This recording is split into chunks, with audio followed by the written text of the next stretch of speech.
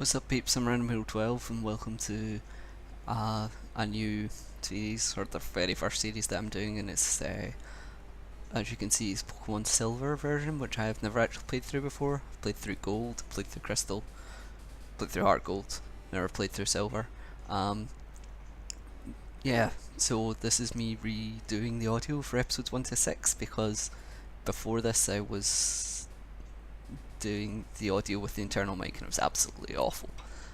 But now you can actually have a good experience when watching these, even if the gameplay is terrible.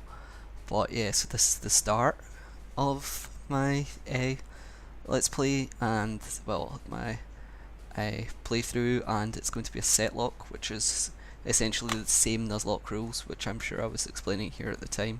So the Pokemon need nicknames, and if Pokemon dies and it's dead, you need to put it in the box, it's gone, can't use it again, and you can only catch the first Pokemon that you encounter in every new area.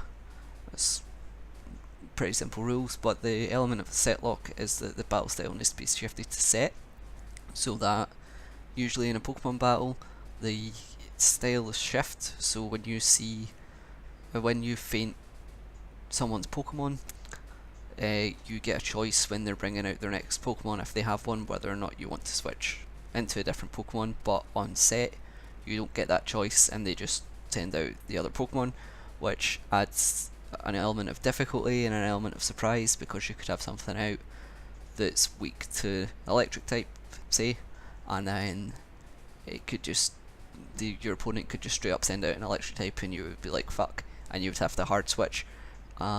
Also, a disclaimer for this full series: there will be strong language. I apologise, kind of, but that's just the way it's got to be. I can't control myself. I'm Scottish. It's what happens. It's natural to me and my vocabulary to swear. But anyway, not entirely sure. Well, I think I was really nervous recording this because it was like my first solo YouTube video, so I was like stumbling over all the rules, and I mean I still will do the occasional when I'm talking, but that's just the way I speak in general. I apologise, but hey, here we go. I've hit new game. Text speed has went to fast, and it's this battle style has been set to shift, and this is when I literally recorded it, because I used to work Saturday nights until about 3 in the morning, so I came back and I was like, right, finally I'm gonna have to do this, and I had a couple of glitches when I was trying to record it, so I think this was the second time I started recording it, so I kinda blitzed through, I guess is the right word. But yeah, I like how I set the time to 6 o'clock in the morning and Professor Oak was still like, oh, I overslept. But yeah, anyway, but we don't know anything about Pokemon yet. Wow, this is really slow to start. There are still many mysteries to solve. There we go. That's why I study Pokemon every day. Now, what do you say your name was? As you know, I'd assume that you're on this channel. My name is Random Hero 12. But you cannot get numbers in this game. I believe numbers is something that started in Gen 3.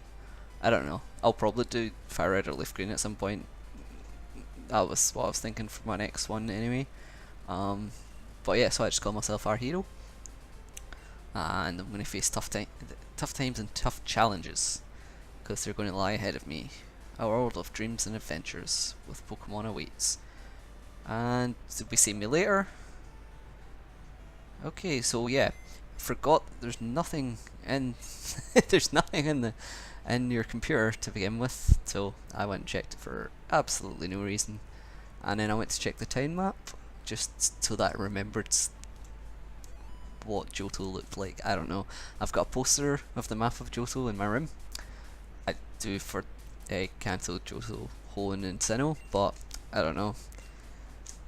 Reasons dictated that I look at that town map, and then your mum's talking to you, just casual, in a Pokemon game, so she gives you the Poke Gear, she gives me the ability to phone people, and you get the time map card and the radio card.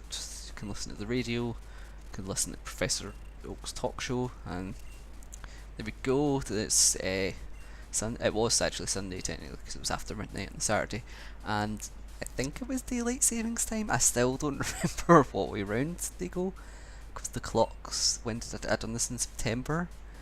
Well, I mean it's now January, so I think daylight savings time is after it goes back because it's saving daylight. I don't know.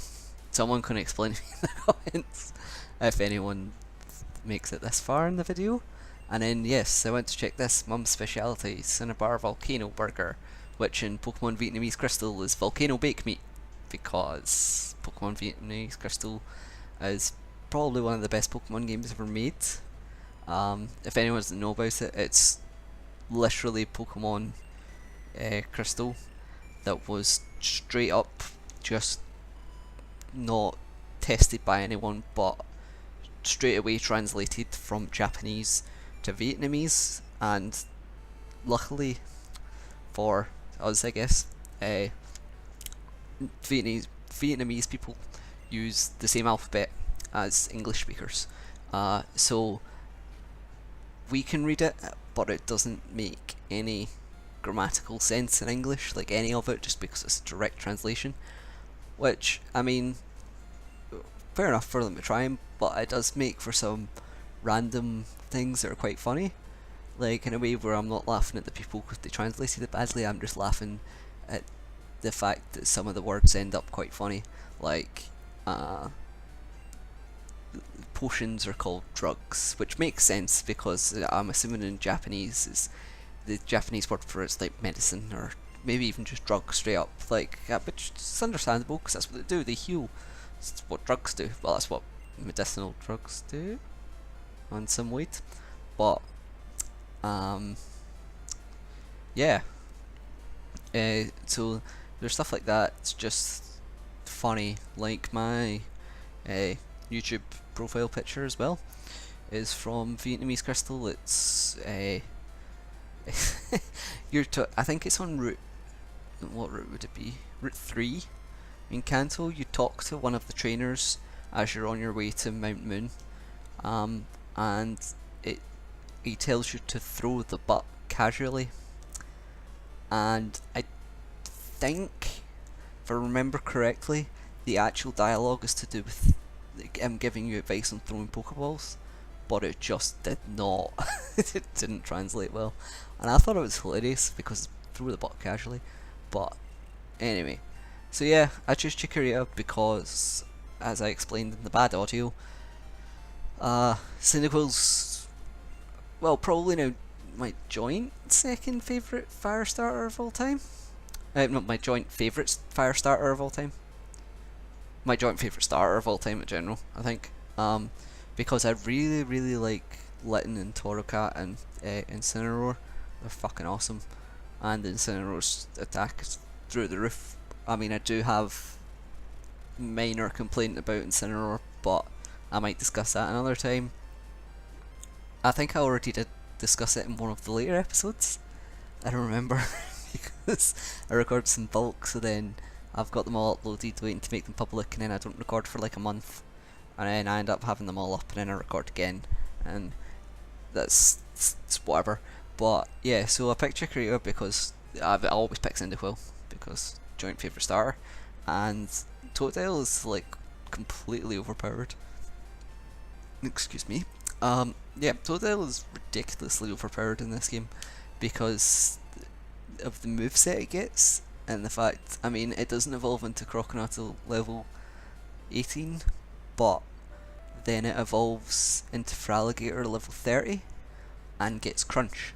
So legit, you go and do the flying type gym, which you can take care of because your attack's good, and you've got the bug type gym, which you can take care of because your attack's good and because you get like water gun and shit. Well, I know water gun's special attack in this game, but it's still decent.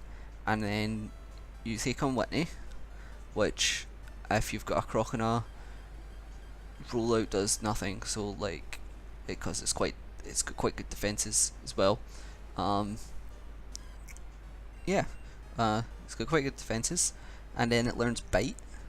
Uh, just before it evolves into Feraligatr or after, so you go and face Morty and you completely destroy him. And then you've got Chuck, who has a Poliwrath, which so that can't do nothing. Um, and the Brightmate, which can also do nothing. And then you've got what's her name? Jasmine. Jasmine. Then you've got Jasmine, who, I mean, two Magnemites, but you can pretty much take them out fairly simply with something else. And then you've got Steelix, so you had a water type move, and it's got no special defense, so it dies. And then you've got Price, which is ice type, so he can't do anything against your water type. And then it gets like Ice Fang, and then you go to, or Ice Punch at whatever move is in this game, and then you go to Clear and demolish her. So like, it didn't seem fair to do that. It's not as exciting. But yeah, so this is me just grinding through Route 29 just now. The Nuzlocke does not officially start until I get Pokeballs, so I do not get Pokeballs until after I have went to see Mr. Pokemon, been back, and found out that my rival has stolen a Pokemon from Professor Elm, and then I go and talk and give the police his name. But yeah, and I think I purposely prolong this episode so that I can get Pokeballs and catch a Pokemon in the first episode, because it doesn't really feel like a Setlocke in my opinion if you don't get to try and catch anything.